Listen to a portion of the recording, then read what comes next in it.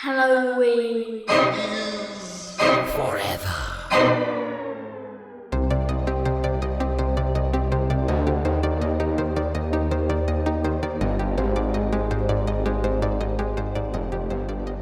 Evening, Steven. How you doing? How you doing this fine eve? I'm doing good, Brian. How are you?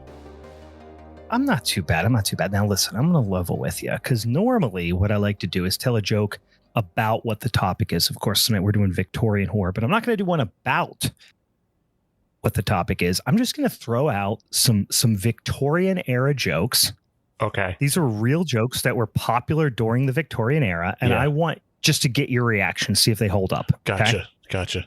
Maybe I'll just go until you laugh. How's I might be here for a while. All right. Here's the first one. Ready? Steve, what's the difference between stabbing a man and killing a hog? I don't know, Brian. What's the difference? One is assaulting with the intent to kill. The other is killing with the intent to salt. Whoosh. Because of the food preservation technique of the day. Yeah. All right. Here's another one. Ready? Whoosh. Why should the number 288 never be mentioned in company? Why should what were they? I mean, this is what happens when you have no TV and are barely literate. Yeah. What? See, why should the number 288 never be mentioned in company? Because it's too gross. It's a weights and measurements joke. 144, a dozen dozens. That's a gross. It is. This is I feel like these were all just dudes at a meat market at this point. At this point, this is just all dudes at a meat market. Yeah. A lot of commercial. All right. Here's one. I don't understand. Marriage is an institution intended to keep women out of mischief and get them into trouble. Victorian era jokes. All right. I'm going to do one more before I kill myself. Oh, two more. Ready? Okay. Does it make you dizzy? Doesn't it make you dizzy? Steve, this is for you. Yeah. Doesn't it make you dizzy to waltz? You know how the waltz is getting popular now in Victorian times? Yeah, sure is. Making its way to America. Uh-huh. Doesn't it make you dizzy to waltz? Yeah, it does. Yeah. But what, you must get used to it, because that's just the way of the world. And world is spelled WHIRLED. Yeah. That's all right, that's when you read, on your chamber pot is what you do. You read that one on the chamber pot. All right. Last one. If William Penn, which would have been, he'd have been quite topical during Victorian era. If William Penn's aunts kept a pastry shop, what would be the prices of their pies? Of course, they would be the pie rates of Penn's aunts. I don't feel like that one's from Victorian era. All right, boys and girls, welcome to a really rocky start to another March Showdown episode of Halloween is Forever. I'm Brian. I'm Steve. Yeah, those Victorian era jokes, guys, in case you're wondering, don't hold up great. And I would imagine most of them are extremely sexist or racist or both. So I really only had one that was moderately sexist there. So yeah, it's all for polite company. That one, the one about for women to get into trouble is just it's for them to titter about. Even women tittered at that one. They're like, yeah, I do get into trouble. Tittering, underrated activity overall. Tittering, bring back tittering. But we ain't going to be tittering tonight. We're going to be throwing some spooky ooky Victorian business at you this evening as we jump into our Showdown episode for the first month of the year that doesn't suck shit, which is March. So far, suck shit, but by the end of March, might not suck shit that much. We'll see. Right now, sucking shit pretty hard. But let's get a couple of things off and done at the top of the show. Before I forget to mention, I am playing a little Tubi roulette this evening, as I am want to do, especially when we're doing a Showdown episode. Did the Tubi roulette, brought up a movie from, now this is saying 2012. On the Letterbox page that I'm looking at right now. I think Tubi might have said it was 2014. Anyway, it's called Scream Park. It's about somebody getting killed at a theme park. Put it on at random. Guess who is one of the co-stars of this movie? It's our old pal, Premium Steve Renzisky, former multi-time guest and friend of the show, is one of the co-hosts. And I just saw him for the first time on screen a couple of minutes ago, and given Big Herbert West vibes. I think he's playing, one of the manager, someone who works at the park here. We've established already this is clearly shot. It appears to be at Conneaut Lake Park in Pennsylvania here. Given Big Herbert West vibes. He's got the glasses. He's just that's. I have it on silent in the background because I'm just kind of watching the background. But shout out to our buds. Premium Steve, you've not experienced this movie either, right? No, I haven't seen it. So, but I just looked at the IMDb and saw that Premium Steve's in it, and then Doug Bradley's in it, and then Kevin Ogilvy, aka Ogre, which many people will know from Repo the Genetic Opera, is also in that movie. Yes, he certainly is. Yep, he very much is. Well, exciting stuff. Small world. Tubi's a small world. All right. Before we get into all the bits and bots and dips and dives and things of this Showdown episode, a couple other things we got to do at the top of the show. First of all, Steve, you got a beer over there? You sipping on anything? Yeah. I got beer. I got from the 4 Points Brewing Company out there in Charleroi, Pennsylvania. Which is Charleroi. Ain't nowhere near Conneaut, but he's close because they still Pennsylvania. But I have their Ritual, which is got a pretty cool label on it. Oh yeah, but it's their Tamave Pivo. Oh, a little Tamave Pivo, little Czech black lager there, eh? Well, they call it nice. A Bohemian dark lager, but yeah. Well, I guess Tamave means dark. Kearney means black, I believe, right? But how's it tasting? Doing you a solid? Yeah, it's really good. Yeah. Nice. Yep.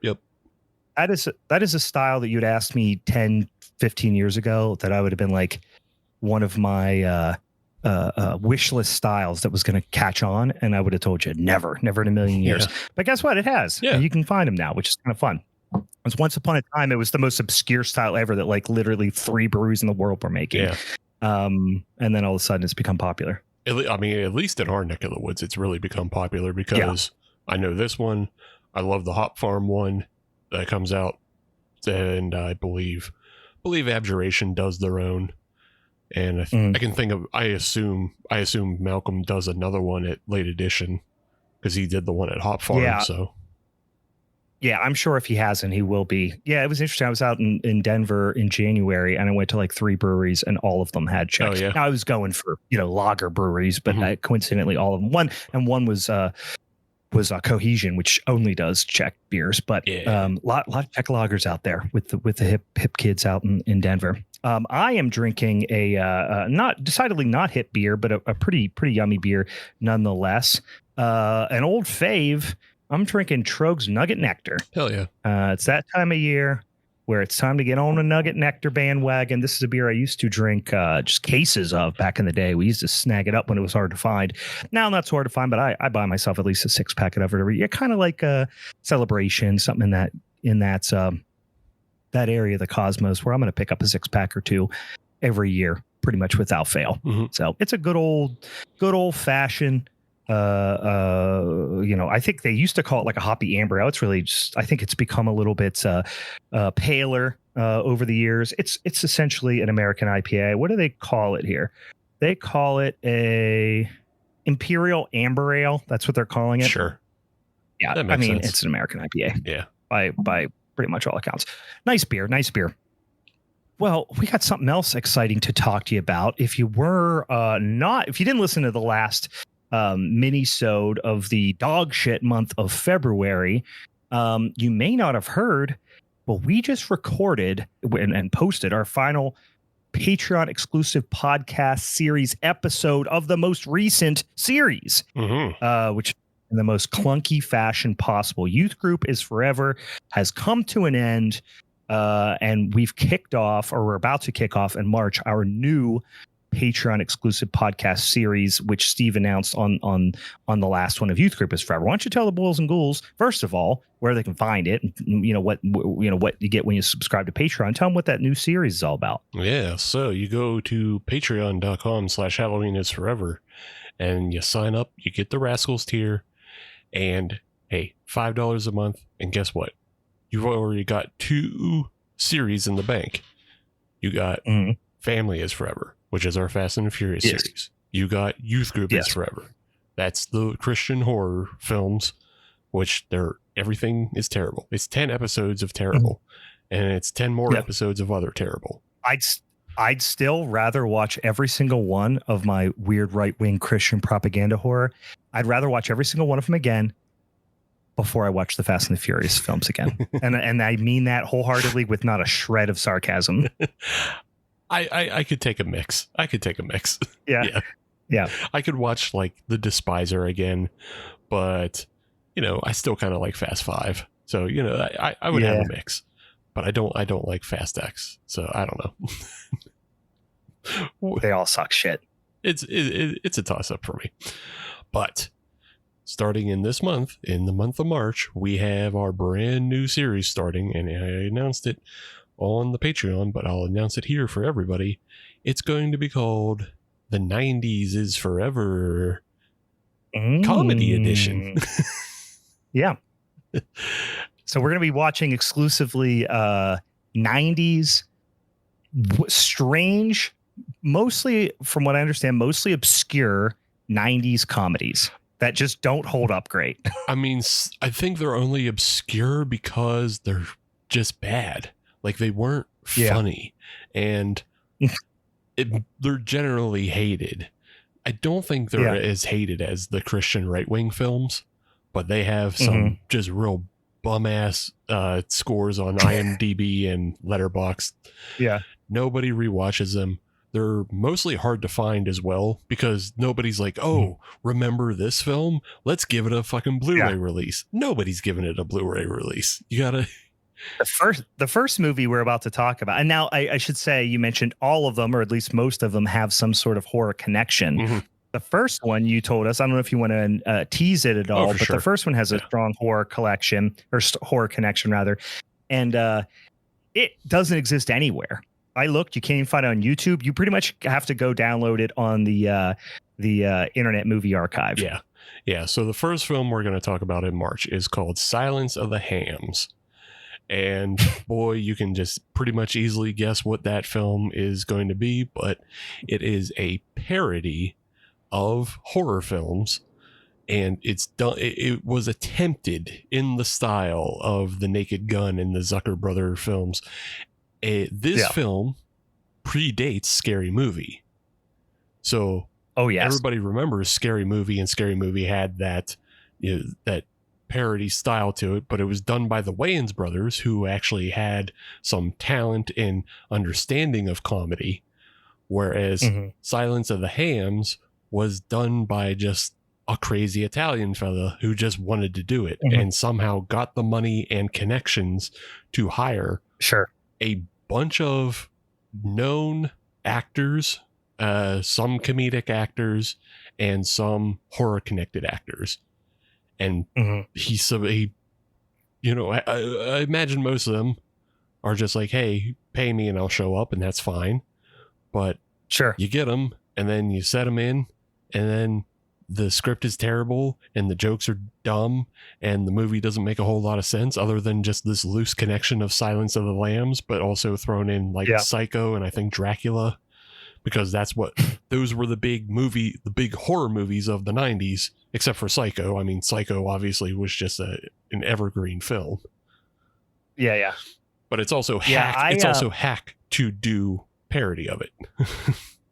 I did. Oh yeah. Even by that point, it would have been pretty hackneyed. But I actually watched. I haven't watched the movie yet, but I watched a few clips on YouTube when I was trying to find a YouTube rip of it. Because really, this movie, you cannot find it. Yeah. besides on Internet Movie Archive, which you can download for free. But in the few clips I watched, I didn't want to spoil it, so I only watched like 2 or 3 short clips. There is not a laugh to be had in these clips.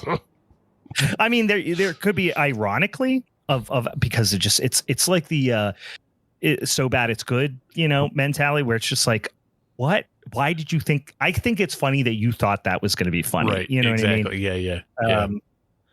I mean? Yeah. I think this first episode is going to be kind of the real ethos of the whole project is in just a film that the comedy does not hold up. Because I think we're going to find like a lot of that. Like a lot of the comedy is going to be dated, obviously, but like it's films that were, from the 90s. They have horror connections, which we may not have made when, because, you and I would have been kids at the time these movies come out. So we wouldn't have made the connections to a lot of the horror references or even like the stars. There's a movie in there that doesn't star, but heavily features Robert Z'Dar. And we far more appreciate Robert Z'Dar now than we would have if we'd seen that movie. So and I was 10 or whenever. Right. So it's going to be interesting to go back and see these horror connections as they, tried to branch out into comedy, as well as just the cringe of trying to like the cringe of the 90s trying to be funny for today. So well, I'm looking forward to it. If that sounds like fun for you, and then you want to go back and listen to our, probably at this point, honest to God, 60 hours of other content on the Patreon exclusive podcast series, which you'll have access to, go over and sign up on patreon.com/Halloween is Forever. And you get all that stuff. Plus, you can join us here in the Discord, as we oftentimes have some friends here, just like tonight, joining us as we record live in the Discord. So, all right. And as always, I'll be honest with you, I've been real bad about it because I've made a conscious effort to remove as much social media from my life as humanly possible. But if you want to interact with us on the internets, you can go do so at Halloween's Forever on any of the various social media platforms, or send us an email. If you want one of them old-fashioned emails, you can send it to us at halloweenisforeverpod@gmail.com as well. So, all right. Without further ado, do you want to jump into these Victorian horror Showdown movies, Stephen, as the reigning champ for the month of February? Of course, to the victor go the spoils. You have the opportunity to tell us the order in which we're going to go. Let me remind the listeners at home the movies that were selected for Victorian horror. Of course, y'all helped us pick Victorian horror from 3 different spinny ass wheel selections, and we voted on them. Our Patreon friends, our social media friends and followers and all that stuff, they helped us pick Victorian horror, and we landed on I selected Mary Shelley's Frankenstein from the year of our Lord 1994. Steve picked Crimson Peak from 2015, and then our Patreon followers, subscribers, in this case our good buddy Dan selected Black Sunday from 1960. So we've got a 60s movie, as early in the 60s as you can be, then jumping forward 34 years to the 90s, and then jumping forth all the way up to 2015. So we've got quite a span here. Steve, what do you want to do? How do you want to go through these? I would like to start with Black Sunday, and then I'll go, and then we'll end with Frankenstein. Okay, sounds good. All right, let's jump in then to Black Sunday. This is famously Mario Bava's, perhaps internationally. Is it fair to say this is probably Mario Bava's most famous film internationally, if not for the express purpose that it was, or for express reason that it was such a, I guess, a trendsetter in terms of Italian horror? Like, there wasn't much of a of a history or pedigree of horror films in Italy really until this movie. I would say it. I mean, it does predate Black Sabbath. Personally, and this just might be a personal bias, I feel like a Bay of Blood is his most famous film. But this is probably a really good film to acknowledge as like what opens the doors for everything else that follows with like Fulci and Argento. Because I mean, even the title, we're calling it Black Sunday, but it also goes by the name The Mask of Satan. So I was just about to say that, which is a way cooler title. Yeah, way cooler title. Mask of Satan, way cooler title. The great Mario Bava famously stars some striking visual representations of the stars. Probably the most recognizable being, of course, Barbara Steele, who plays Katya, as well as the witch princess Asa as well. And when you see her face, usually we see a still shot of this movie. It's usually her face in instances. Anyway, let's jump into the flick here a little bit. This movie has a lot of really famous, really influential shots, and I think this is a movie that is probably most well known for its opening sequence. And, we'll get into it a little bit more, but I don't want to say it peaks early, but like probably its most famous scene or scenes is in the opening. Yeah, I think it does a really good job of setting the mood, obviously, in the first scene. And I hesitate to say it peaks, but I do think the ending kind of falls into what would be more acceptable of the day. Because like the one thing that you really notice about this film is like this for 1960, it is really pushing boundaries, I feel. Yes. Like with the violence, like the graphic nature of obviously the mask, right? Where they're actually like, even though you're not necessarily seeing spikes go into somebody's face, you see Princess Asa, and then her brother, who I refer to as Sonny Bono, because he looks very much like Sonny Bono to me, a taller, scarier Sonny Bono. Get this mask of Satan, which is this like almost an iron. I imagine an Iron Maiden, right? If you know what an Iron Maiden is, but just goes onto your face. You don't necessarily get enclosed in it as much as it gets put over your face and then like hammered onto your face. Yeah. So a bunch of spikes go into your face. Then you have this sick, heavy, I would imagine like iron mask hammered to your face. Not pleasant. Obviously going to kill you. Meant to.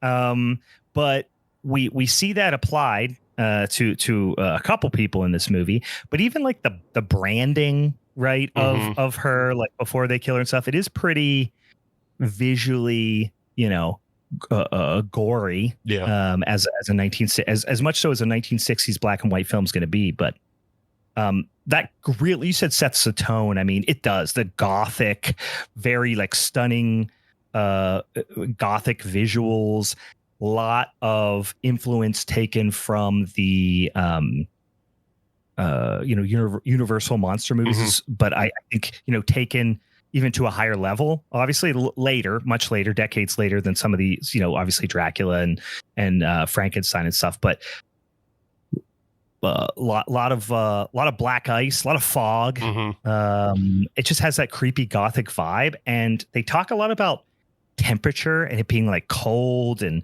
chilling and stuff like that. And I'm like, it does feel cold. Yeah.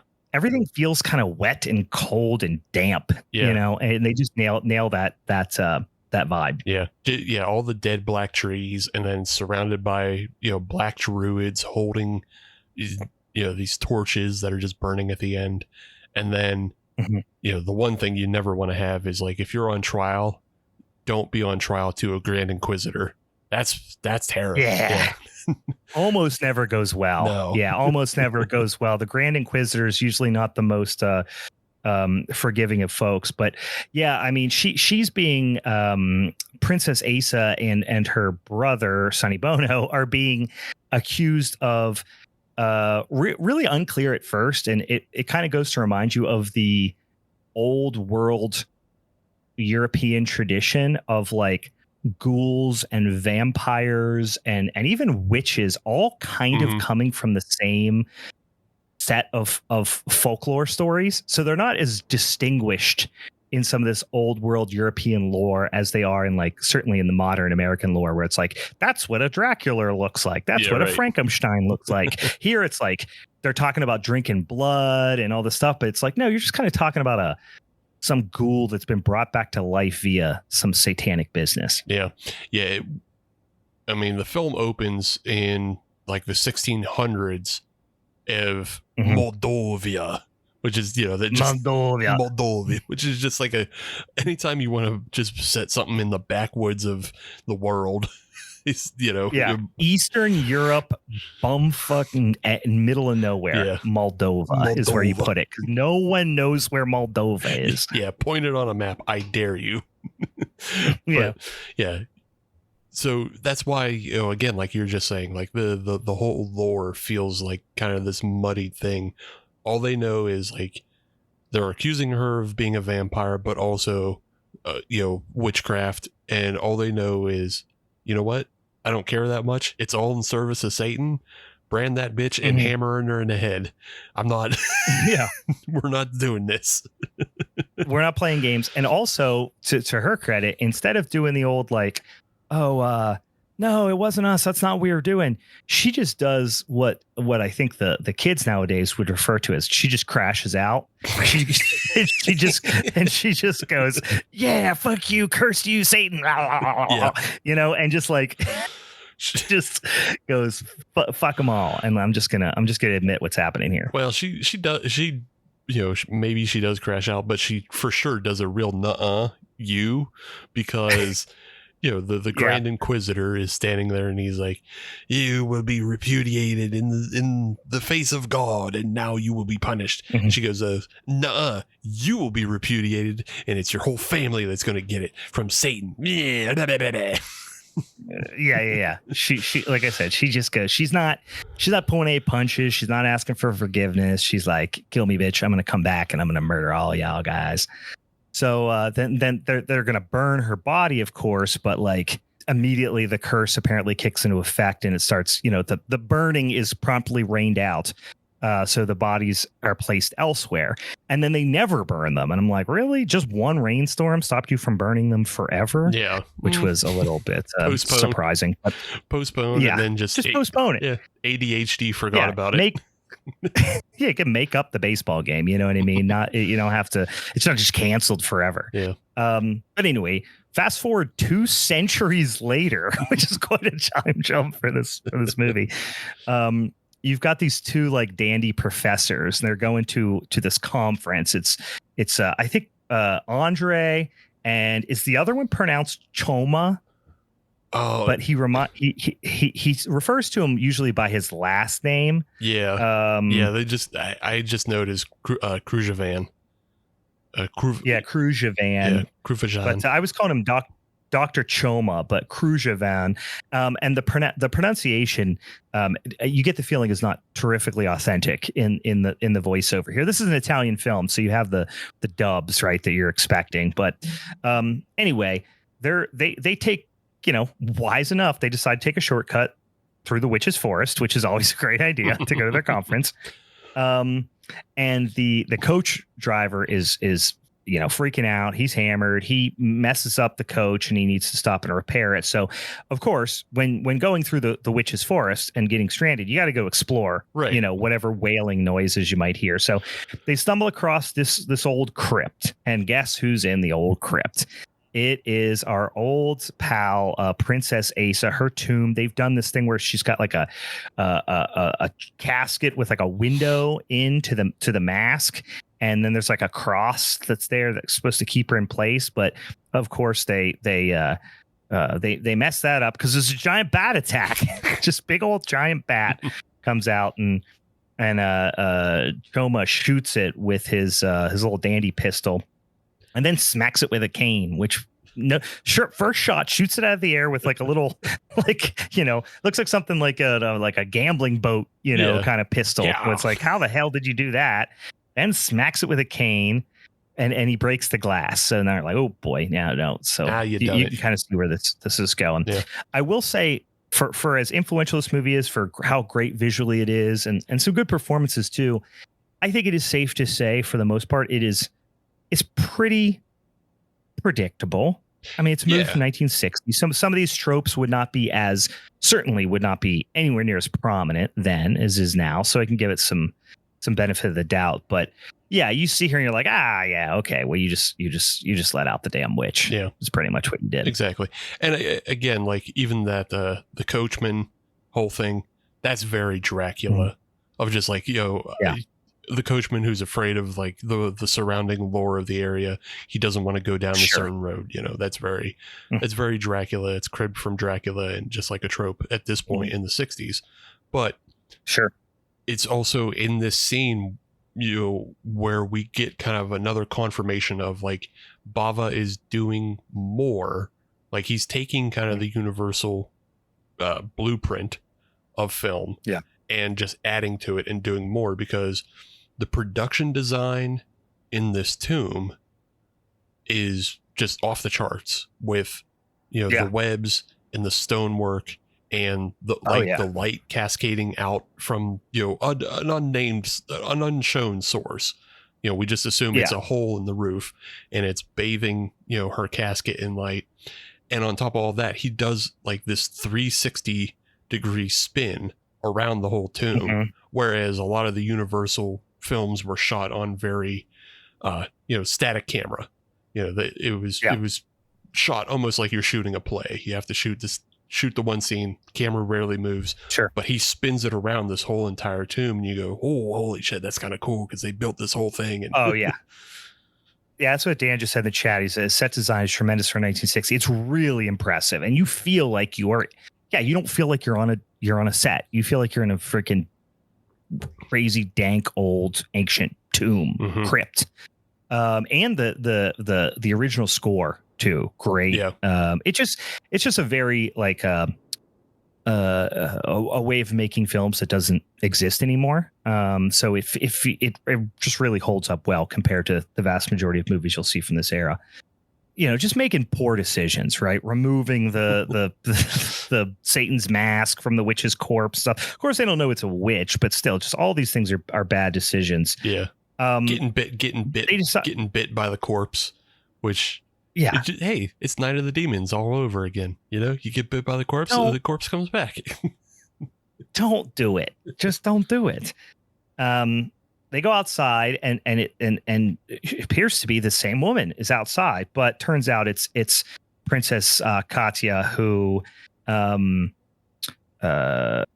just happens to look exactly like her. Of course, played by the same actress. But they're getting a little flirty. Dr. Andre and her getting a little flirty right off the bat, and basically he does allude to where they are staying, which is in like the nearby town. So they accidentally take this like relic with them, which may or may not be that relevant for later, but this little like almost like fold out, I don't know what to say. It's not a book. It's like a little almost like pendant type of thing, but it's like opens up like almost something you would see on like a pulpit or something. I don't know. But already the witch's eyes are boiling because he's bled on the on the witch, right? So I think he cut himself on the glass or something. I don't know, but he already started bleeding on the witch's corpse, which is no good. You bleed on a dead witch, usually not going to go well. It's all the things you can't do. Can't take off her mask of Satan. That's what's keeping her grounded there. Can't break open her coffin. Can't fucking bleed on her. Like it's all of the. This is a callback to 2020 when we were doing COVID stuff. But do you remember like the Swiss cheese infographic of like if you do this one thing, it might protect you, and it might, it might not stop it there, but this other thing might protect you. And dumbass Krujovec, he just breaks all the rules in like within the span of 3 minutes, just like whatever, okay, bye. The only thing he didn't do was like make out with the witch's corpse. Everything else he did all the wrong things. He might as well just poked it and said, hey, get up. Get up, wake up. Hey, quit sleeping. You won't wake up. Start talking shit. Fucking dare you. They go back to the castle with we go back as the audience back to the castle with the princess, and her dad is there, and her brother Constantine, and dad's having a bunch of, he's kind of losing his shit. He's like, we're talking about this particular painting that had a picture of Princess Asa, who is of course the witch, and they're talking about how this painting is like affects everyone negatively or whatever. Also, we get this whole thing about how it's the eve of the feast of St. George, and also the 200th anniversary of what we witnessed in the opening scene.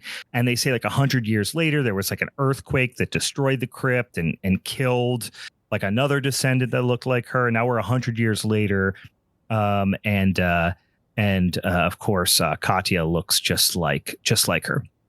And so a lot to say foreshadowing would be an understatement here. Mm-hmm. The dad seeing the mask in his drink, like he really sees all these harbingers of doom. I meant to ask you about that, being that he was drinking a hot toddy. And I don't drink hot toddies, but I know you do. And I like a toddy. Do you commonly see visions of death in your toddy? Or okay. Well, visions of Satan, which doesn't necessarily mean visions of death, but yes, that's why I like a hot toddy. Is because it gets me in tune with it. Feels like it gets me in tune with Satan. Gotcha. I just wanted especially if it's like a real hot summer night and I'm slugging on some hot toddies, getting all sweaty. Then my head's spinning. Maybe I mix some hallucinogenics in there, and now all of a sudden I'm talking to Satan. Wow. Overall, really good practical effects in this movie too. Obviously, it's 1960. It's all practical. It's a little unnecessary to say, but some great effects in this movie. I love a lot of like really fun little like in-camera tricks that would have been a necessity back then.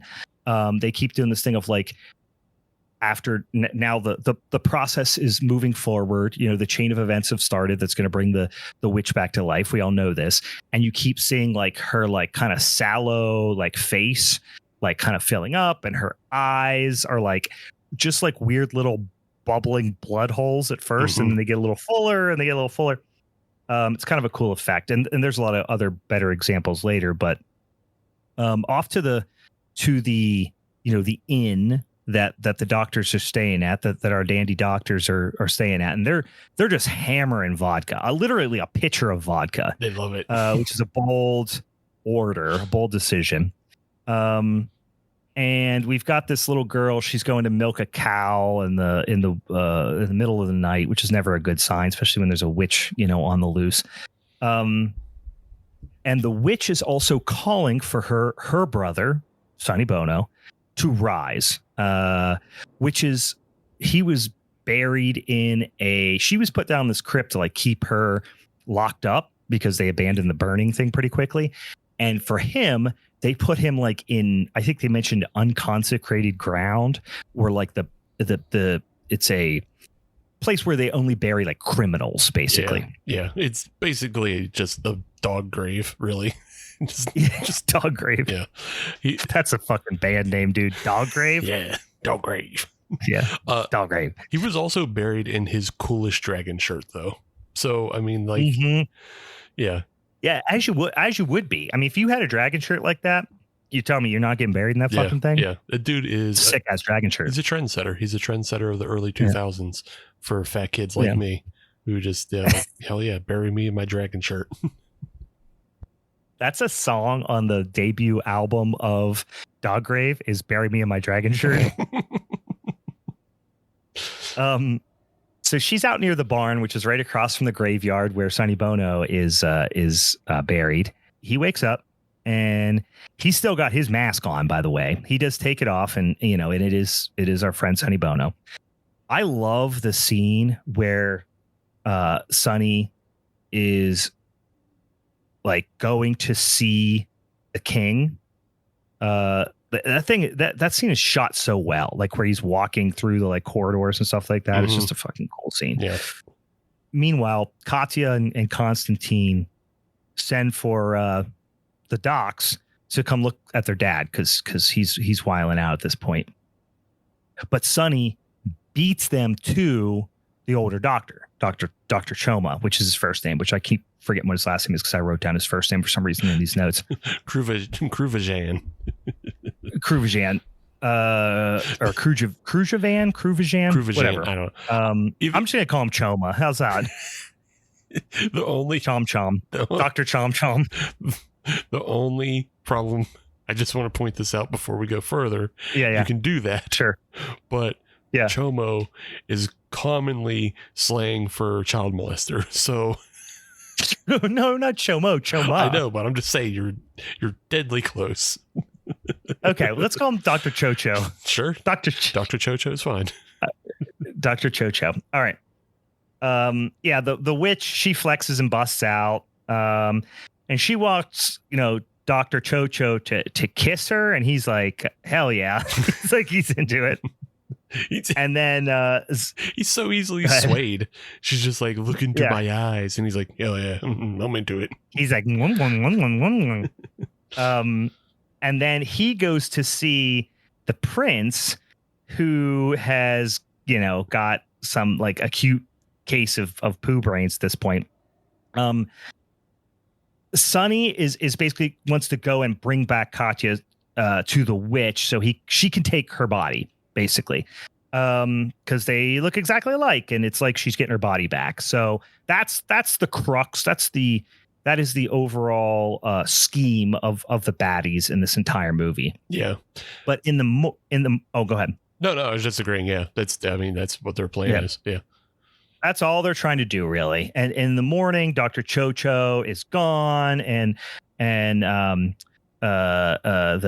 dad's all like crusty and dead, and Dr. Chocho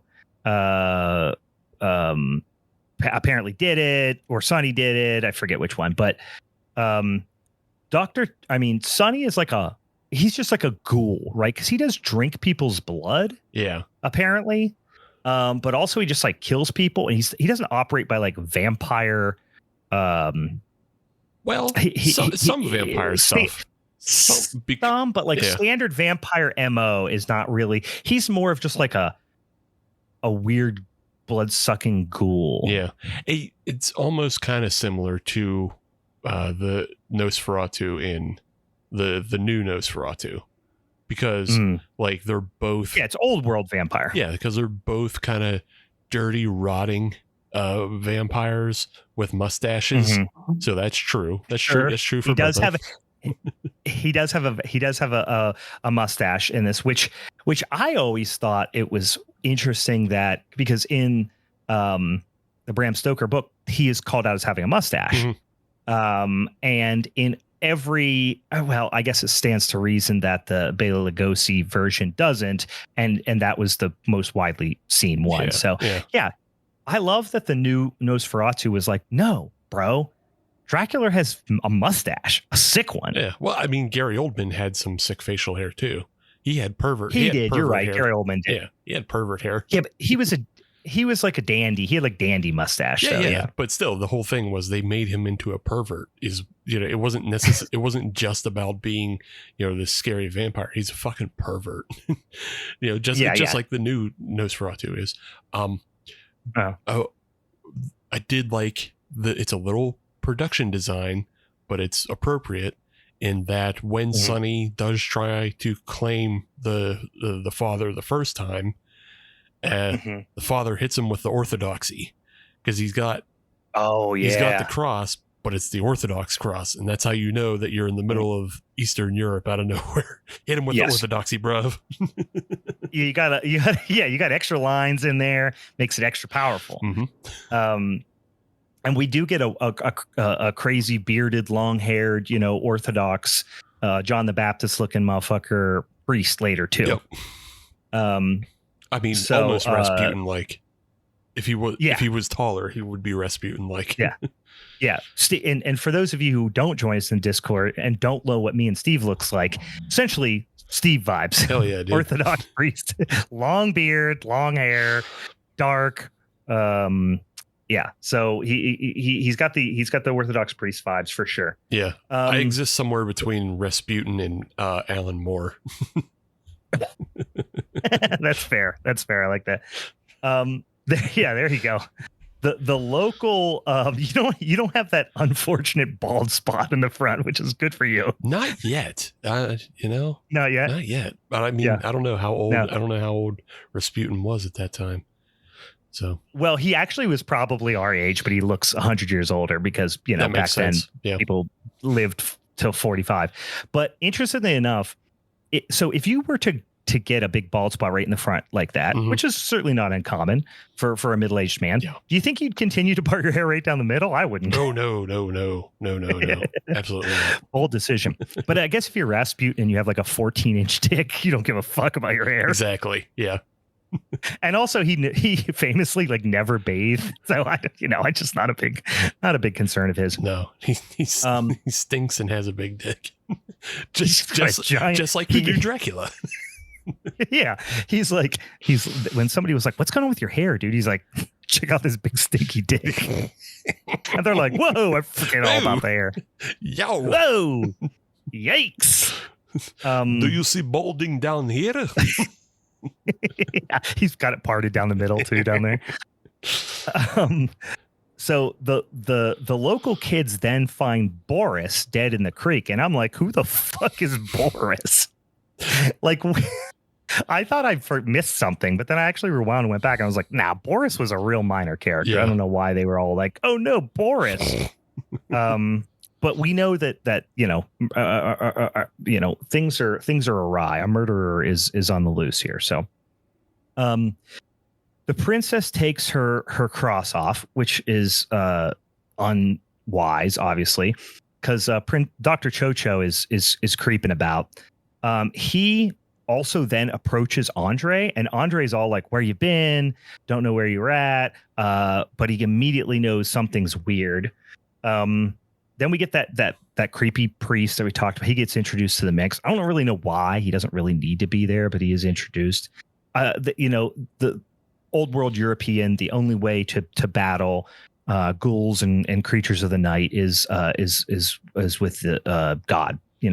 There's always much more religious overtones. Like it's always a spiritual good versus evil with these types of things in European versions. So, so this is frankly for me kind of where the movie starts to fall apart, which is like we're probably halfway through the second act, maybe, but it's kind of turns into this a little bit more of a, I don't want to say a whodunit because we know whodunit, but it's a little bit of a mystery of like how things are happening. Yeah. And we get this reveal because like the butler accidentally sets a curtain on fire and in putting it out damages this canvas and realizes that there's like a hidden rooms and hidden passageways behind.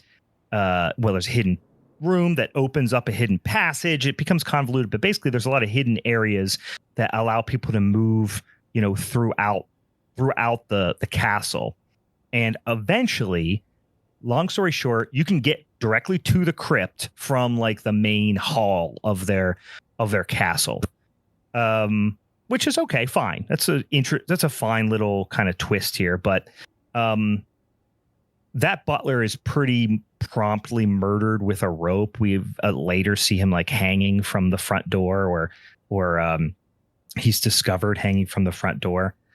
And going down to the crypt, they find the witch, and she's like starting to like breathe on the slab, like she's obviously coming back to life on her like tomb, where she was near her. I guess she's been freed from her tomb. So now, because Dr. Chocho's all fucked, right? He's donezo. It's really about Andre and the priest now. And they're off to go find Sonny's grave. They don't realize he's already risen from the dead and is out causing havoc. Yeah, he's out and about. He's causing havoc. He's already actually back at the castle, throwing old Constantine down some sort of fucking hole. I don't know what that hole was, but he throws him down this random hole in the hallway. He doesn't even throw him down. Constantine he falls on the ground next to the hole and then dumps himself in like an idiot. Like he just like shoves him and he just like pinballs into the hole. Yeah, he's like bonk, oop, down I go. Yeah. Yeah. Also, I wanted to point out the in this kind of little cavernous room, hallway that connects the castle to the crypt. There's a giant portrait of Asa nude riding a horse. Boobs out, yeah. And it sucks. Like it's bad. It's somebody did a bad job on it. Yeah, and it's like this is where I keep my deviant art of my sister in a fucking secret room type shit. This is where I keep my nudes of my sister. I wonder if that was supposed to be more prominently featured as like a reveal, and then they were like, "Nah, this looks bad." Yeah. So they just like get back there, and then they don't mention it. No, they don't. It just like they shoot it as few times as possible. Like they feature it obviously to get into the crypt, but they're just like, this is bad art. It looks like, honestly, it looks like some of those. Is it the Polish posters that were hand painted for films? Have you ever seen those? Polish ones? I mean, we've watched a bunch. We saw the Polish ones. We've seen the are they Nigerian ones too? The that African are like really ones. Poorly made too. Yeah. That just like they don't match the film and they're hand painted and they're, it's like that level of art. And it's just a lady with her boobs out. And they're like, got it. I wonder if they like paid somebody to do that. They're like, wow, we paid way too much and this thing sucks. But like we paid so much, we can't bring ourselves to not feature it. Yeah. Or maybe it was like, Bava's like untalented nephew, like his sister's son, was like, I'll paint the picture for it. And they showed him. They were like, God, we can't put this thing in there. But like my sister's going to be pissed at me. My money is on somebody who is also really pivotal to some other parts of the crew. And so they couldn't fire them. Like they couldn't get rid of the painting without losing that person who was also really good at like the fire or the spider webs or something like that. They didn't want to lose their spiderweb guy or their fog guy. Yeah, we're in the middle of Moldova. What are we going to do? Lose our spiderweb guy? Oh my God, spiderweb capital of the world. Yeah, they're in Italy, but we're not losing our spiderweb guy because he can't paint. No. Yeah, so Katya goes back. She finds the butler hanging. Like things are really hitting the fan here. So then her dad comes back to life. And he's all gooned up. He's like a full-on ghoul now. But then Sonny sets him on fire, like throws him into the like hearth. And there's a really cool wax melt in-camera trick that they do with him, like with the fire overlaid. But then they also overlay it over and transition it into a wax melt, and it looks sick. Yeah. Yeah, there's a lot of, I don't know if it's necessarily in camera or if it was something that they did in editing with, laying exposures over each other, but it's something that recurs. Yeah, maybe. It's something that recurs in this film, in this trick. And then when there's kind of the transference of life between Katya and Princess Asa. Yeah. In that they have. When she gets older and gets younger looking. Yeah. So they have that, they would film Barbara Steele with all this like kind of old paint makeup on it and on her, and then film a second take of her trying to do the exact same action, but you can tell they did just like a real quick foundation job on her, because in those shots, like I don't know if you ever seen, like when you see women with too much foundation on, the smallest bumps become really exaggerated on their face. And so like, you can tell in those scenes, it's makeup on top of makeup. And so they just probably just had her stay laying on the slab, ran in, slapped a just a paint roller of foundation on her, and then had her do a second take right then and there, just to try and capture as much of the same action so they can match it later in editing. But yeah, it's again, it's pretty cool. You know, I don't know. When you don't have CGI, hey, it's the best she can do. When you don't have non-linear editing, go ahead, go for it. Yeah, and the burn specifically, what I thought was the best execute, the hardest and also best executed. I thought. Yeah. Maybe it wasn't the hardest because you have the flames that'll kind of layer over it, but I don't know. It just looked really, really convincing and really, impressive for being fucking 60 some years old or whatever at this point. Sonny does take Katya to the crypt, and we know why, right? He's going to do some sort of ritual and transition, wants his witch sister to take her body. Eventually, Sonny and Andre do have, their big fight while the witch is starting to take over Katya's body. And at this point, again, the I will say, I'll reiterate, and specifically here and in the last 10 minutes of the movie is kind of why.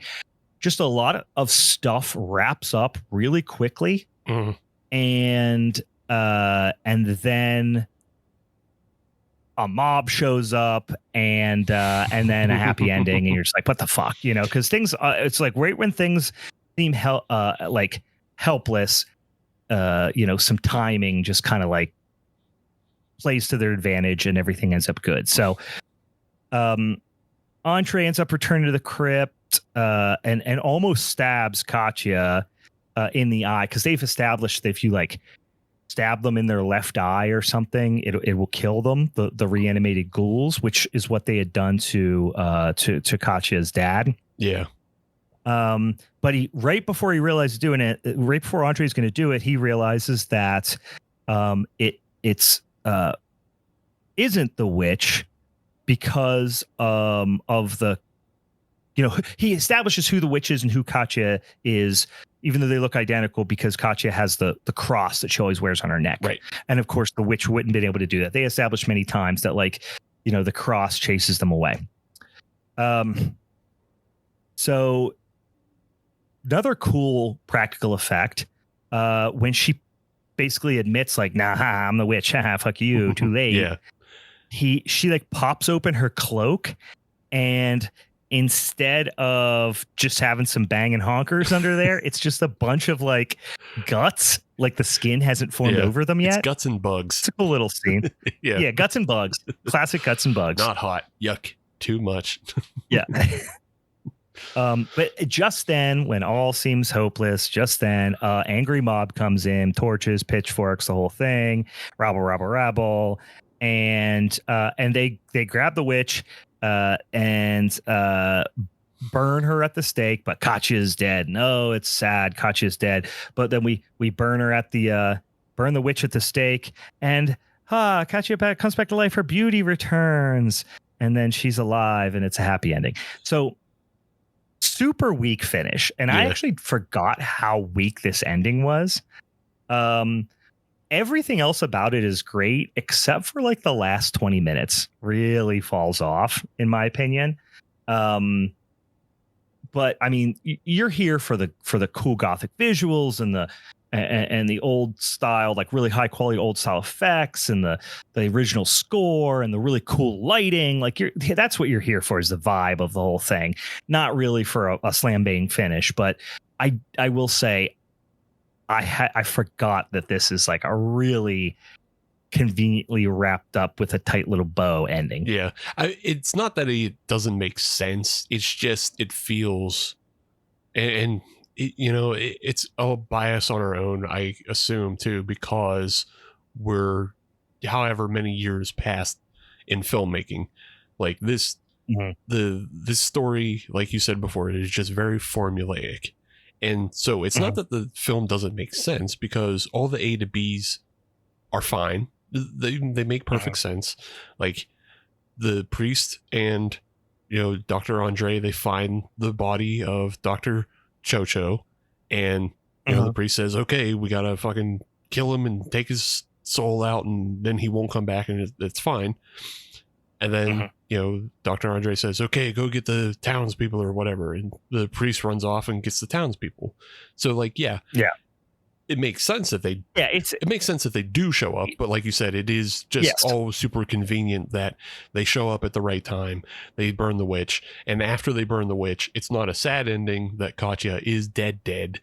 It's that she gets to come back. I'll say though, it's interesting that they didn't end on Katya and Dr. Andre, but the final shot is of just like the witch burning and falling over. Yeah, it is. Yeah, it was an interesting ending. And they knew who the star of this movie is, like the most visually striking thing here. But like, I forgive it because it is a movie from 1960, made for an audience in a country that really didn't have a history of horror movies. So undoubtedly, this was a movie that was the first Italian horror movie seen by a lot of Italians, and a lot of Europeans in general had maybe only seen Western horror, or maybe weren't even familiar with really horror movies very much at all. So I understand this was made on a pretty big budget for the time, and is made to they need to, this needs to be an audience pleaser in a culture that's not necessarily ready for an ending where Satan wins, over God. Yeah, and I mean, if they were familiar with horror movies, they were familiar with American horror films. So, sure. That's why this film is so deeply tied to, the universal monster aesthetic, and then just kind of the happy ending, because they weren't. I don't know. Maybe they weren't ready to branch out and do their own kind of crazy experimental stuff in the horror genre yet. But obviously that changes over the next 20 years because Bava and Argento and Fulci all fucking inject their own insanity into the genre, to which then leads back to the United States trying to ape them and and say, hey, wait. Yeah. But even like the movies that have I guess Frankenstein has like a little bit of a bleak ending for the sympathetic monster, not for the heroes necessarily, but people die and all that stuff. But Night of the Living Dead isn't going to come out for 8 more years. You know what I mean? After this. So but anyway, that is. Any other final thoughts? I'm gonna say that's Black Sunday from 1960. Yeah, no, I was gonna say like you said, Night of the Living Dead doesn't come out till 1968, when you really start to get into some bleak endings and some socially conscious messaging. I think the only other thing you could really add to like an idea of like a change in storytelling is not Stuart Gordon, Herschel Gordon Lewis would have been operating and doing some, revolutionary stuff of just like gore and unpleasantry. But it's kind of a 2 cars running parallel lanes at this time. And so I'm sure those would have been, very much thought of as like pulpy, niche, low budget movies compared to this was right.